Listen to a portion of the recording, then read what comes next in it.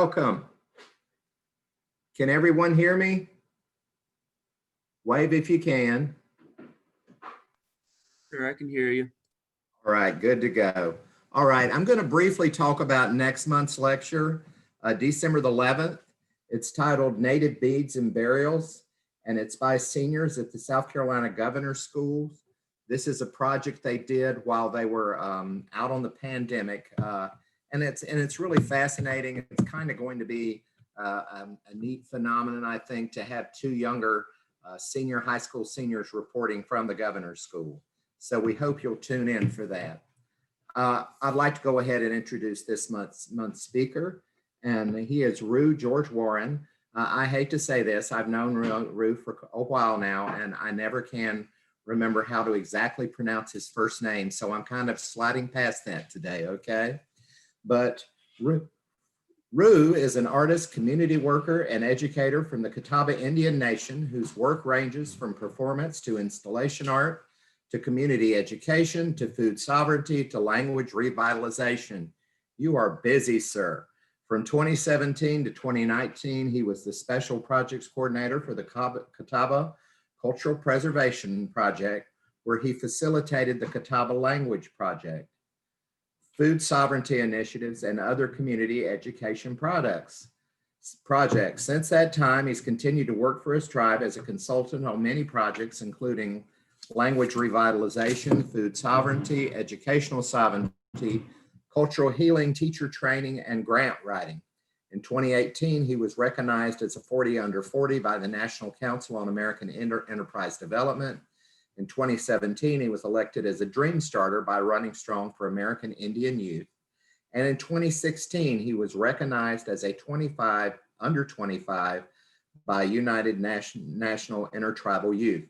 Rue is an alumni of Vanderbilt University, where he was quite the rock star, if I remember, and he earned a bachelor's in music there. So without further ado, everyone, Rue Warren. Hello. Niat Deluston George Warren, Niat Mitem Rue, Ye Ismare, Ye Katabare, Ye Kapi Sawachare.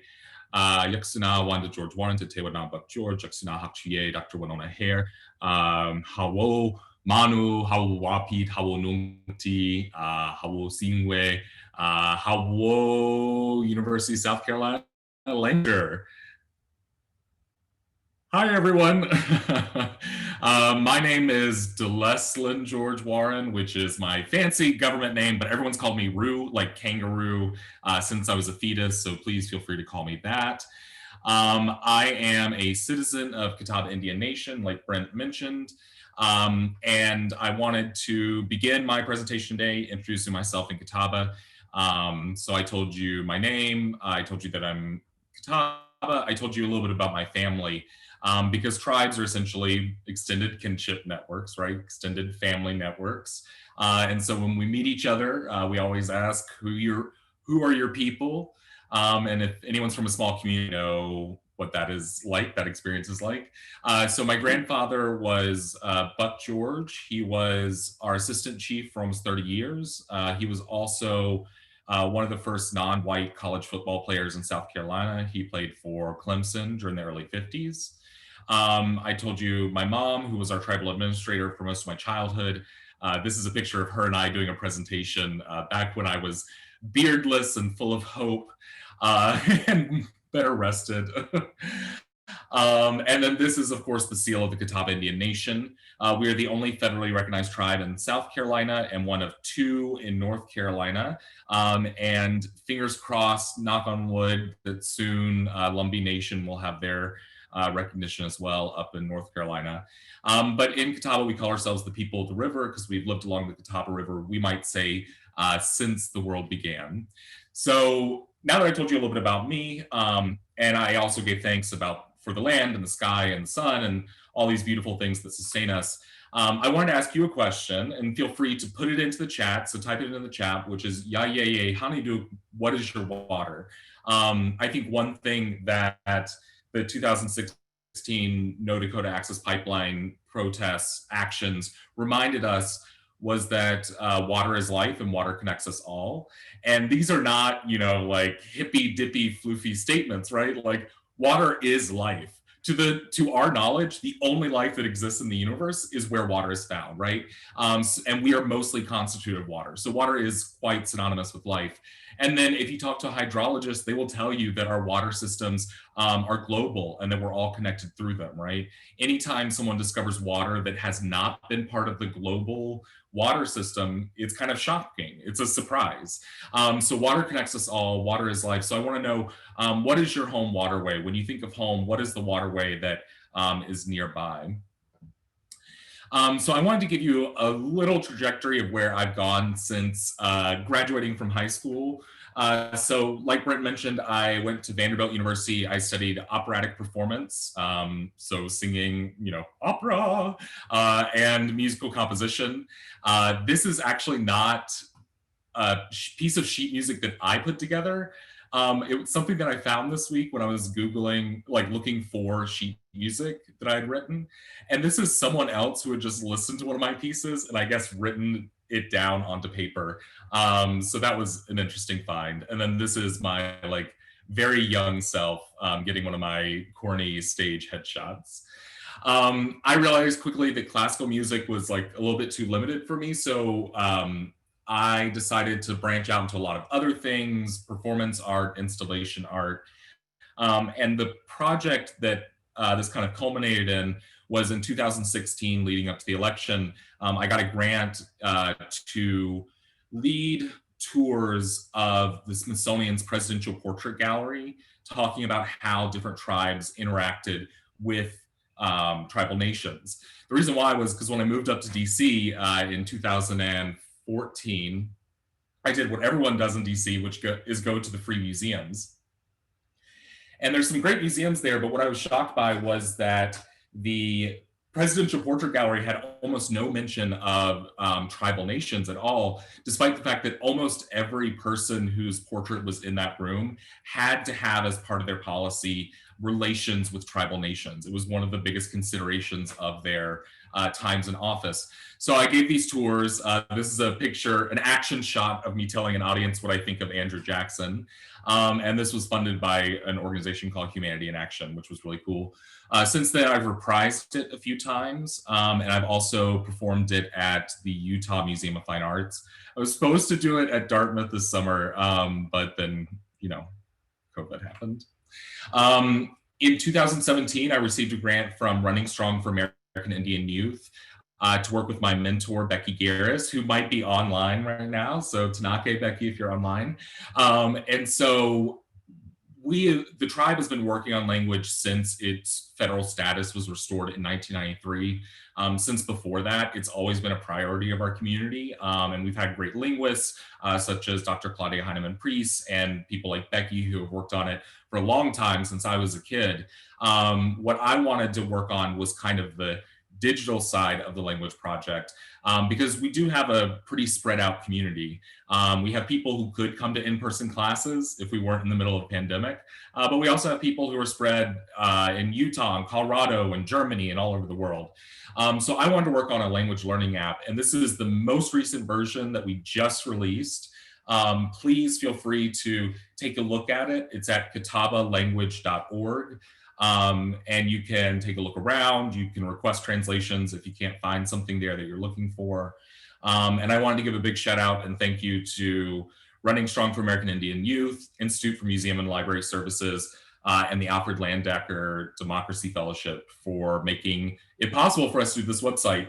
One of the cool parts about this project has been that while the data, so our words and our translations and our recordings are all protected in our database, so only we have access to that, the code for the website itself is open source, which means that any tribe that wanted to, any tribal community that wanted to, could go to this website, take the code and adapt it to their own language project and make their own language project website out of it. So this was a hope of ours that we could not make other tribes kind of start from scratch, but they could start building on what we've already started on. The upside is also if other tribes work on this code, that means that we will receive the benefits of them improving that code as well. So it's kind of a niche back end thing, but if you know any tribes that are interested in using this code, please send them my way, and I'm happy to talk with them about what that can look like. After working on the language project for just only a few months, one of the things I kept coming back to is, while there weren't words in our language for things like computer and cell phone, there were lots and lots of words for the animals and the plants that live on our land.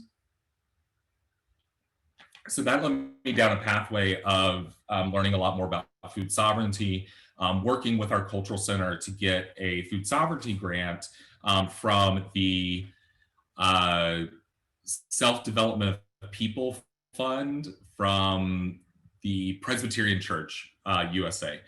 And so they gave it to us, and what we realized was that there were already people working on food sovereignty in our community, right? Like, there were people who'd been gardening their entire life, who'd been growing food, who'd been hunting, who'd been fishing. There were people in our clinic who were working on healthy eating. There was our wellness department with Talani Franks, who was working on active lifestyles. There was our cultural center that was working on traditional plants. So in our land management and environmental services departments that were working on protecting our natural resources. So everyone was working on it a little bit, but we weren't sitting down together and talking about it together. So starting in 2018, we started these regular meetings that eventually led to us getting a grant to continue the food sovereignty work through our wellness department, which has been great. The wellness manager, Talani Franks, has been able to hire a full-time food sovereignty coordinator now, who's able to oversee all of these food sovereignty projects. Just for folks that don't know, this is a picture of my favorite native plant at the moment. It's so hard to pick a favorite. This is maypop, or Passiflora incarnata, or passion flower. It has these beautiful flowers that open up during the day and close back down. And then they produce these fruit that taste a little bit like Skittles, like kind of watered down Skittles, I guess. But they're filled with air. So if you step on them, they go pop, right? So that's how they got the name maypop. But it's a beautiful plant. And my two favorite things about them. One, they die back every winter and then come back stronger in the spring. I think it's a great lesson for us to learn about our work in culture and revitalization, is that even when things die back, even when they go to sleep for a season, they can still come back again. And so our work is kind of to cultivate them to come back. My other favorite thing about them is that they have these little holes along their stem called nectaries that just produce sugar, like sugar water. And the reason that they do that is so that they can get ant colonies to come and feed on the sugar. And then the ants protect the flower from other bugs that would want to actually eat the plants or eat the flower parts. So they, through making a trade, they actually are able to protect themselves from other types of bugs. So that is a quick run through of me over the last 6 years, just to tell you where my background is when it comes to talking about food sovereignty and plants. I did have a experience when I was younger helping my grandfather with his gardens and his farms, but one of my most vivid memories of that was just feeling like I was pulling miles of potatoes in the hot sun. So it's been a kind of a different experience now working on food sovereignty as an adult. So what we're going to talk about today, we've gotten through the intro, yay, good us. I wanted to talk a little bit about the word nature, and then I wanted to share two plant profiles of two plants that we're kind of working with and talking a lot more about in Catawba Nation, and then we're going to go into the Q&A. So throughout this talk, please feel free to use the chat box to make observations, to share thoughts, and of course, ask questions. At the end, Ashley Lorimore is going to read from the chat your questions, and we'll have a conversation, and it'll be great. So before we get into the meat of this presentation, I want to give you a big old caveat, which is that I do not speak for all Indigenous people, I do not speak for all Native Americans, and I certainly do not speak for all Catawbas. I am just here to tell you a story based on my readings and what I've heard and what I've experienced. So before we dive into it, I wanted to start with a little bit of perspective. So I'm going to throw out this question and just think about it. When was the United States founded? When was the United States founded? Well, we could choose a lot of dates, right? We could say when the Constitution was passed. We could say after the Revolutionary War was finished. But let's go with the date that we all learned in school, right? Which is 1776, July 4th-ish, 1776, when the Declaration of Independence was signed. That was about 244 years ago. I always want to mention this when I mention the Declaration of Independence, because a lot of people don't know. The Declaration of Independence, right, is a list of grievances that these colonists have against the crown, the King of England. And one of the last ones on the list is this one. He has excited domestic insurrections amongst us and has endeavored to bring on the inhabitants of our frontiers the merciless Indian savages, whose known rule of warfare is an undistinguished destruction of all ages, sexes, and conditions. This is what I think of, right, when I think of the Declaration of Independence. It's kind of a weird thing to have in there. Like, why would you have that in there? The backstory is the King of England in the 1760s had said that no settlers could settle past a certain line in the Appalachian Mountains. He did this for a lot of reasons, including France and wanting good relations with the tribes. This made a lot of the settlers angry because they felt like they wanted to be able to move past the line. And there were lots of other reasons as well, which I'm sure the University of South Carolina Lancaster staff could give you with great detail. But what's interesting to me about this is that they could have just said that that's what they were mad about, but instead they throw in this line, the merciless Indian savages. And then the part after it, which I think is really interesting, whose known rule of warfare is an undistinguished destruction of all ages, sexes, and conditions, which in large part was not true of how tribes were conducting war. It was often much smaller scale and much more like skirmishes, right? But someone who did use this style of warfare was, of course, George Washington, who just a few years later in 1779 ordered General Sullivan to march through what we now call New York State. And he says that you are to destroy every Haudenosaunee village that you find along the way. And he says that the immediate objects are the total destruction and devastation of their settlements and the capture of as many prisoners of every age and sex as possible. You will not by any means listen to any overture of peace before the total ruinment of their settlements. So this was, kind of a moment of like, oh, well, you're accusing tribes of this, but maybe this is something you should, do some introspection on. Anyways, tangent aside, the reason that I mentioned the Declaration of Independence is because I want to give us some perspective before we start into the main topic. So I want to talk about 4 things that are older than the United States. So the first thing is this shark from Greenland. This is a Greenlandic shark. It lives up in the very cold waters of the North Atlantic. And scientists believe that this specimen in particular was born about 400 years ago, right around the time that Jamestown was being established. Another thing that's older than the United States is this bald cypress tree in North Carolina, which scientists believe sprouted almost 2,500 years ago, a little bit more than that. And something even older than that is this bristlecone pine out in what we now call California. They nicknamed it Methuselah because they believe it's almost 5,000 years old. And something that's older than all of these things is Catawba culture. Archaeologists, Chris Judge can probably give you more info about this, find evidence and pieces of Catawba culture dating back 6,000, possibly older years. And so in that time, we learned a lot about this thing that settlers described as nature or wilderness. Now, the reason I put nature in quotes is because in Catawba, there is no word for nature, right? Because nature was not something outside of us. We were just another thing, just like the birds and the trees and the turtles living on the landscape. And so this idea of nature being separate from us was not something that, from what I have seen and read and learned, not something that Catawba is ascribed to. But this was a very popular idea in Europe, particularly during the 18th century, during the scientific revolution. And one of these people, Jean-Jacques Rousseau, was one of the big proponents of it. And so he really set up this kind of binary between nature and civilization. Um, to Rousseau, nature was actually the good thing and civilization was the corrupting thing. He looked around and saw these monarchies and he said that civilization was bad and it would enslave people. And he thought that the state of nature was actually the place that we all should want to be.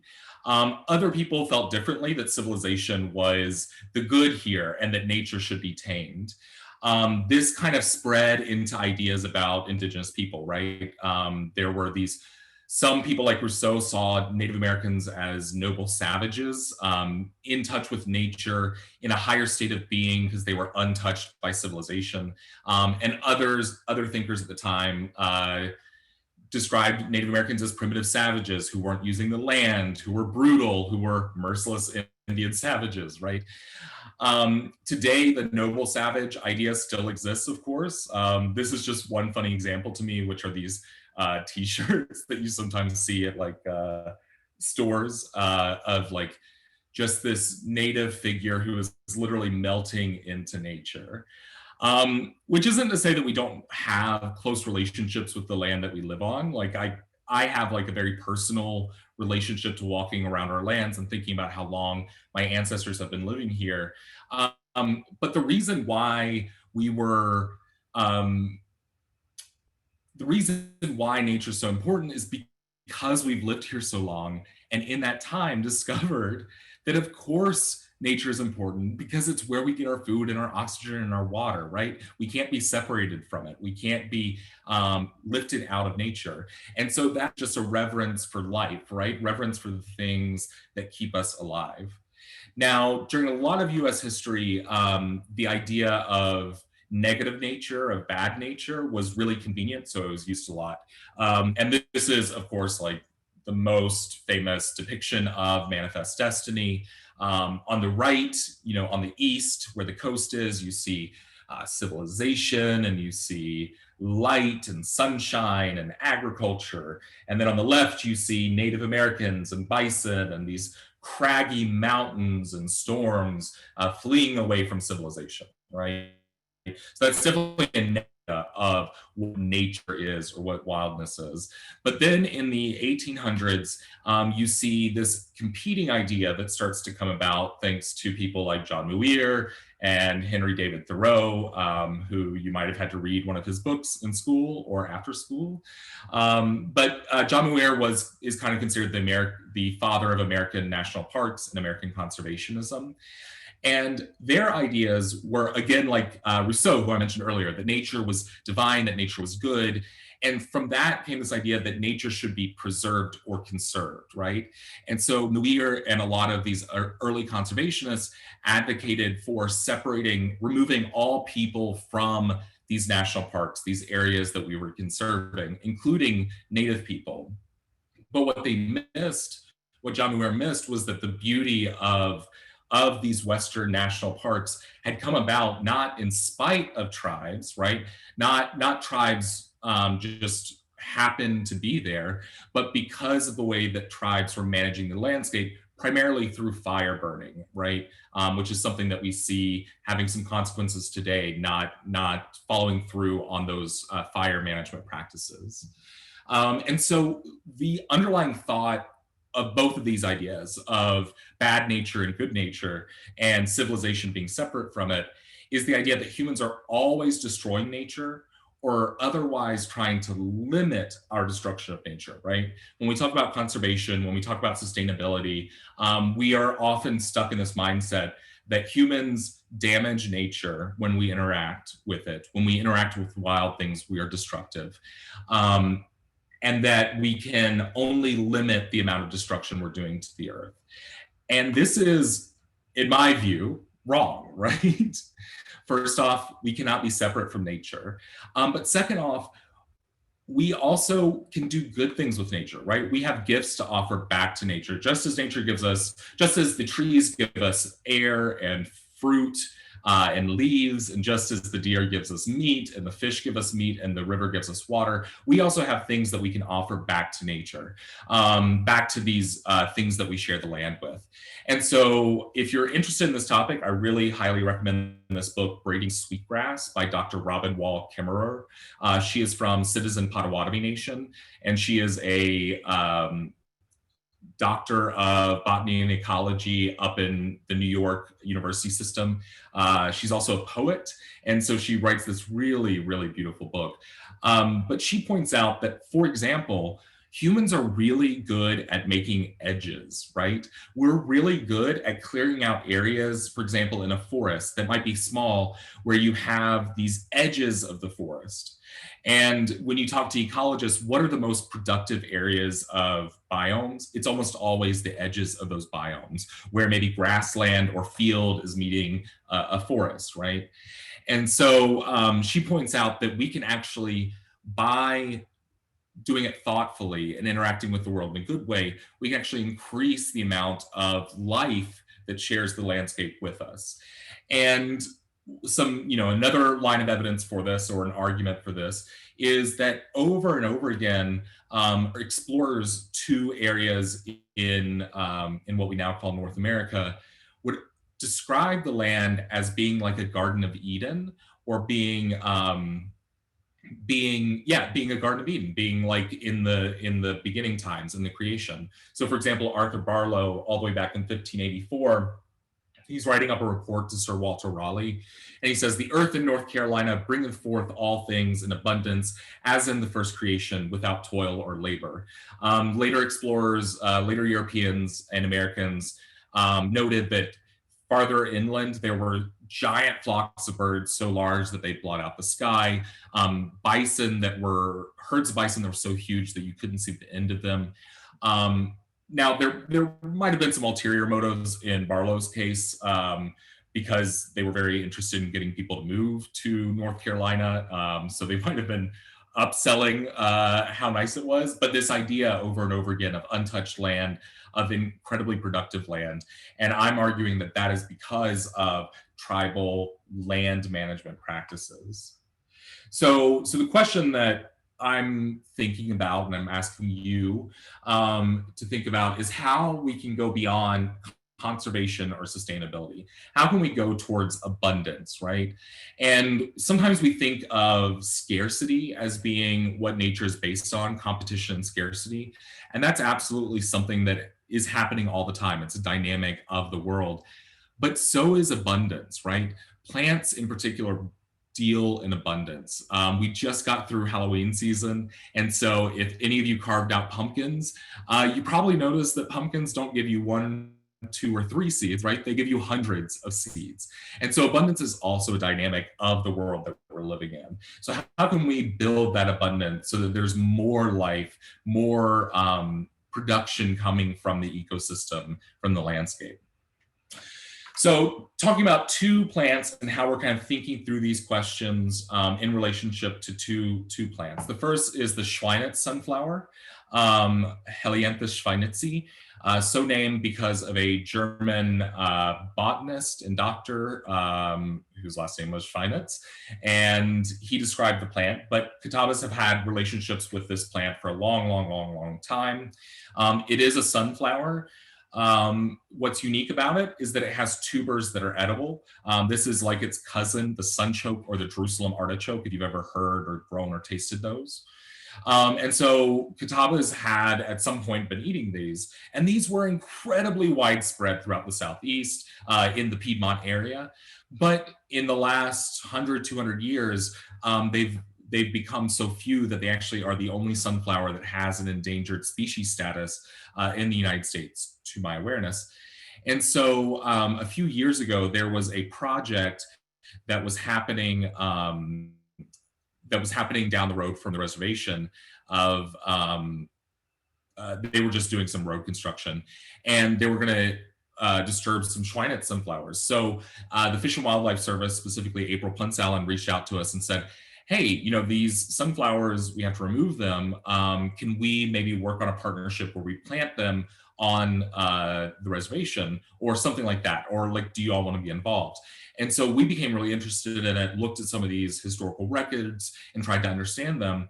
And we're having conversations with April. And what I couldn't understand is, why have they become so endangered if they were so widespread at one point?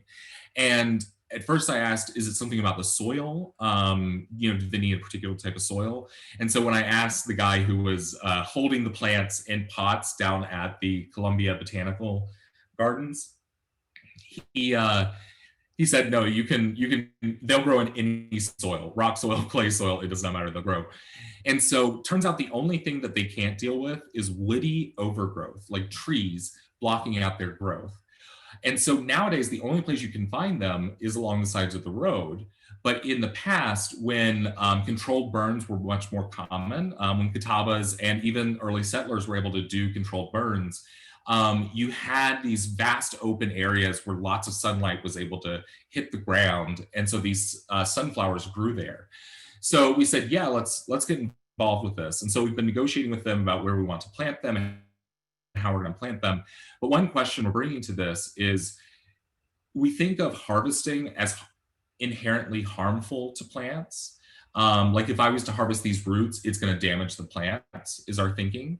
But one other alternative idea is that because these plants grew up in landscapes with lots of foragers, with lots of things digging up tubers, that they actually do better when they are disturbed by animals. One piece of evidence for this is that even though we removed all the sunflowers from that construction site, this season there are already sunflowers coming back. And so, and they're looking even stronger than they had in past seasons. So there's something about disturbance that's actually good for these plants. And so we're going to explore, like, maybe they will do better if we harvest them sustainably than they would if we just conserved them, right? And put them in a fenced off area where we didn't touch them. We're also looking at how controlled burns can be a part of that management practice, to see what lessons our ancestors had learned about controlled burns and how it affects certain plants, particularly this plant. You can go and see Schweinitz sunflower populations at a few different areas around South Carolina in the Piedmont area. You can just Google it and you can go and see some of them. I believe that they just stopped flowering for the year, so you may not be able to see them until next fall. The next plant I wanted to talk about was Catawba corn. So if you have spent any time, if you are Catawba or you've spent any time learning about Catawbas, then you've probably seen this photo before. This is Catawbas at the 1913 Corn Expo. They have been invited to share their corn at this exposition of corn, which we used to have, which sounds so exciting. I wish we still had those things. And so I grew up with this, but I'd never seen Catawba corn. And so when I started working on this food sovereignty work, one of the first things that people asked when we started meeting was, we need to bring back the Catawba corn. We need to bring back the Catawba corn. And so I started asking around, and various people who had grown up gardening and farming and who still did. And people had stopped growing this corn between the 70s and the 90s, and we couldn't really locate any seed of the corn. And so we felt like we were kind of at the end of the road. Then someone mentioned the name Dr. David Shields from University of South Carolina, who has done a lot of work on heritage varieties around the Southeast. And so I sent an email to him out of the blue and said, hey, we're trying to look for our corn. Do you have any leads? We'd be really appreciative. And he responds, he says, yeah, I'll look into it. And I was thinking, yeah, sure, he's very busy. I'm sure he won't be able to, to look into it. A few months later, I get an email from him, and he says, okay, I think I found it. And so North Carolina had actually been, University of North Carolina had been doing grain trials with various corn varieties that they had collected in North Carolina over the decades.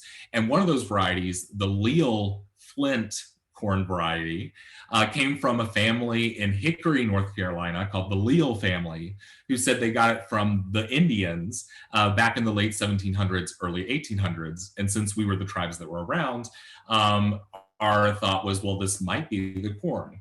So he then compared the cob to cobs that we have in our archaeological sites, finding that they have the same number of rows. He looked at historical descriptions of the corn, and it seemed to match. And so to the best of our knowledge, this is the remaining seeds of our traditional Catawba corn variety.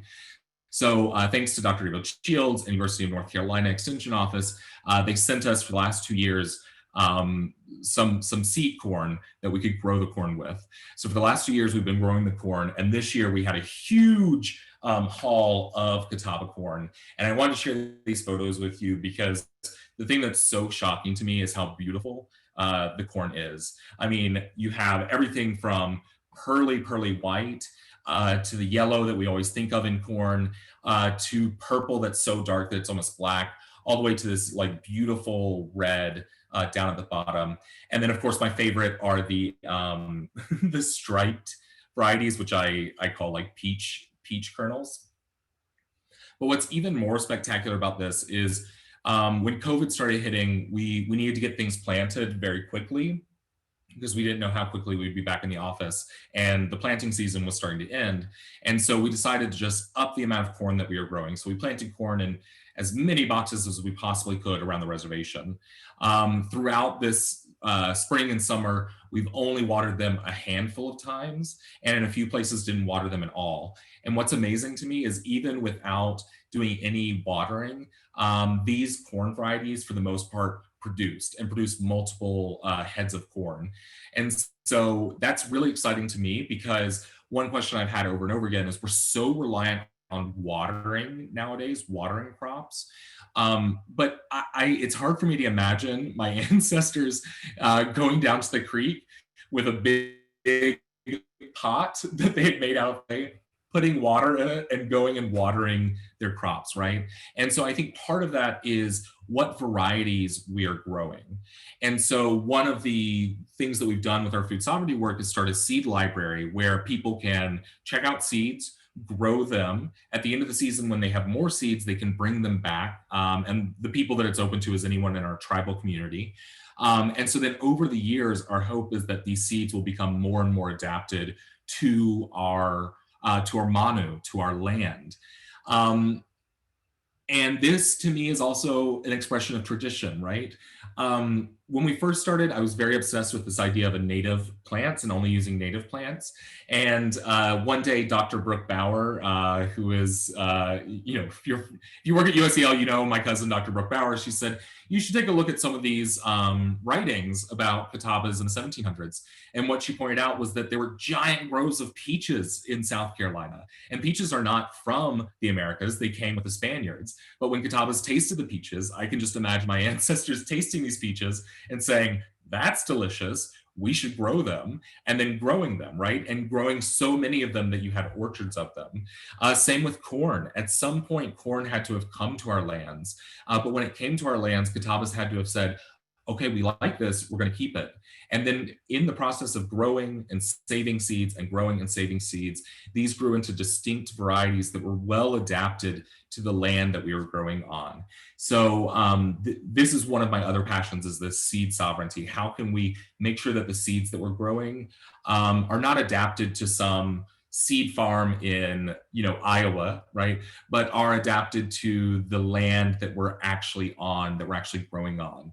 And the best part is that when you do that, as these seeds are a testament to, then it makes your life easier as well, because you don't have to spend all your time watering, which is my least favorite activity. So I want to say hawo. Thank you so much, everyone, for joining us and for listening to my ramblings and ravings about food sovereignty and plants. I love doing these presentations because I love getting really interesting questions. And so I'm excited to hear your questions. So Ashley, do you want to take over?